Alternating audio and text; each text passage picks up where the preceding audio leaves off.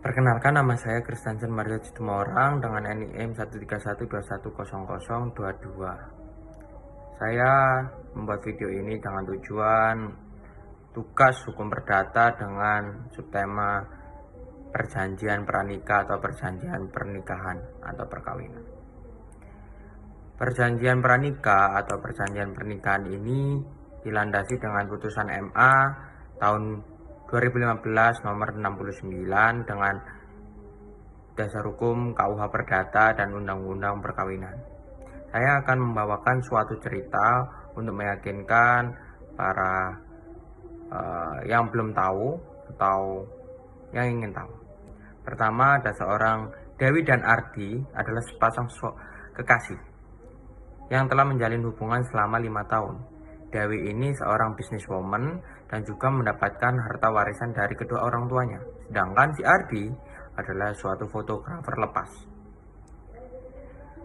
Memahami sepenuhnya tanggung jawabnya si Dewi ingin melakukan perjanjian pranikah atau perjanjian yang dilakukan untuk melakukan pemisahan harta antara suami dan istri sebelum melakukan pernikahan. Nah, setelah mendengar itu, si Ardi sangat marah. Dia tersinggung kenapa harus melakukan perjanjian pranikah. Setelah diberitahu, Ardi mulai mengerti dengan edukasi yang diberikan oleh Dewi. Mereka membuat perjanjian pranikah di hadapan notaris yang mencantumkan pemisahan harta selama perkawinan berlangsung dan masing-masing pihak bertanggung jawab atas hutang atau pribadinya ketika tidak ada harta bersama yang terbentuk selama perkawinan. Namun, saat mendaftarkan perjanjian itu ke kantor KUA, mereka diberitahu perjanjian seperti itu hanya bisa dilakukan sebelum pernikahan. Padahal perjanjian itu dibuat tepat 1 hari sebelum mereka menikah dan belum didaftarkan secara resmi. Jadi kondisinya ini mereka itu sudah membuat perjanjian pranikah tapi belum didaftarkan secara resmi di hadapan notaris. Jadi mereka menikah dulu tapi sudah membuat surat perjanjian pranikah tapi belum didaftarkan.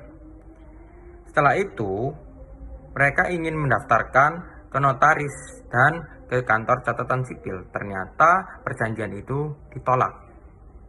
Merasa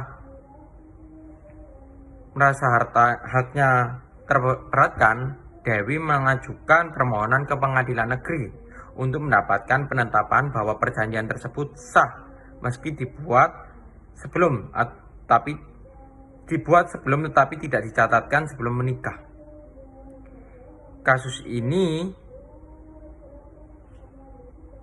yang akhirnya membuat putusan MA nomor 69 tahun 2015 berfungsi, yaitu perjanjian perkawinan dapat dibuat selama masa perkawinan berlangsung sepanjang ada kesepakatan kedua belah pihak dan tidak bertentangan dengan hukum. Jadi perjanjian ini bisa berlaku meskipun tidak dibuat sebelum menikah. Jadi perjanjian ini sah dengan cara mendaftarkan ke pengadilan menurut putusan MA nomor 9/PK/BDT 2015. Langkah-langkahnya, kesepakatan suami istri harus sepakat untuk membuat perjanjian perkawinan meski sudah menikah. Terus datang ke notaris untuk membuat perjanjian perkawinan.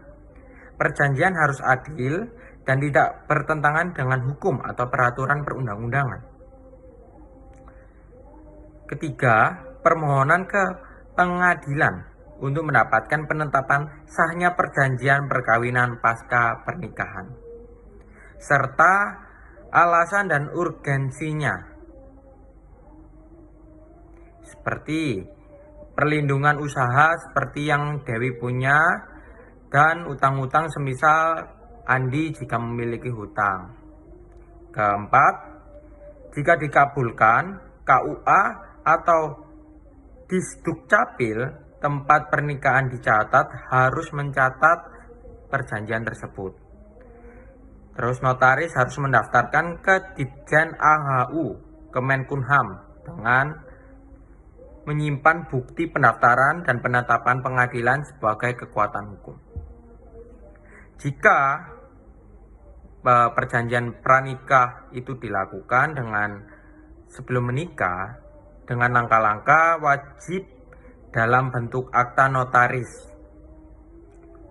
harus disepakati oleh kedua calon mempelai. Isinya bisa mencakup pemisahan harta, pengelolaan utang, waris, dan lainnya. Cara mendaftarkannya yaitu di kantor KUA atau di Dinas Dukcapil. Jika muslim ke KUA, non-muslim ke Dinas Kependudukan dan Pencatatan Sipil. Dilakukan sebelum, bersamaan saat pencatatan pernikahan. Jadi perjanjian pranikah ini bisa dilakukan hingga H-1 pernikahan. Jika dilakukan setelah menikah, maka harus mengajukan ke pengadilan negeri dengan akta notaris dan perjanjian yang adil dan tidak melawan norma-norma. Jika setelah itu pernikahan tercatat, notaris akan mendaftarkan perjanjian tersebut ke sistem administrasi badan hukum atau Ditjen AHU. Anda akan menerima bukti pendaftaran elektronik. Bukti pendaftaran elektronik ini harus disimpan untuk menjadi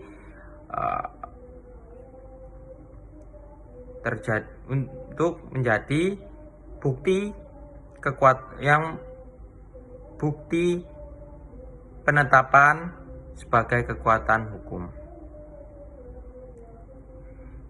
Keempat, pencatatan perjanjian dalam registrasi perjanjian perkawinan sebagai bukti otentik jika kelak ada sengketa.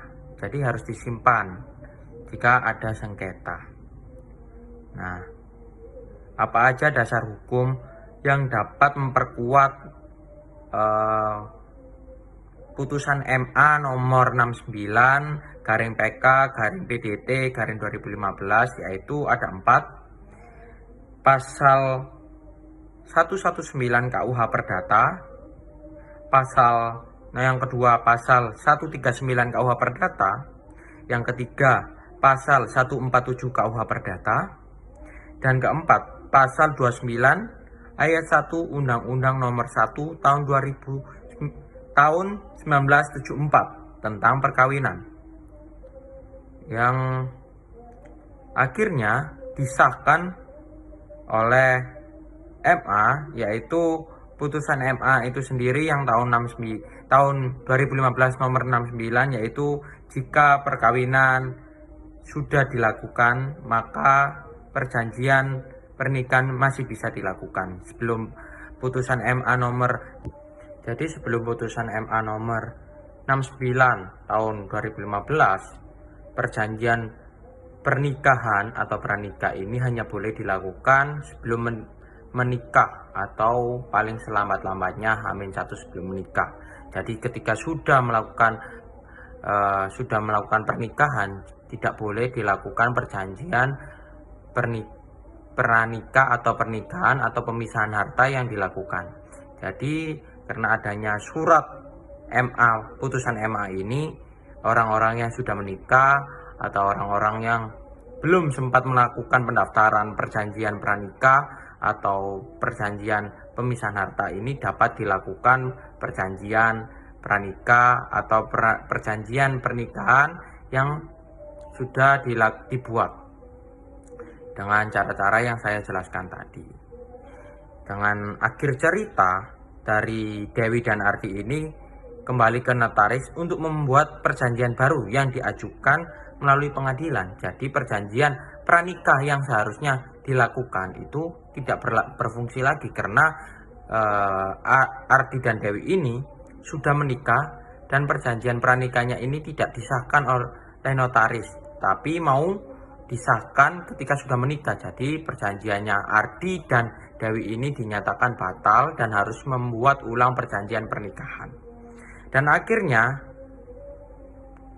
perjanjian Ardi dan Dewi ini dibuat oleh notaris dan diajukan ke pengadilan.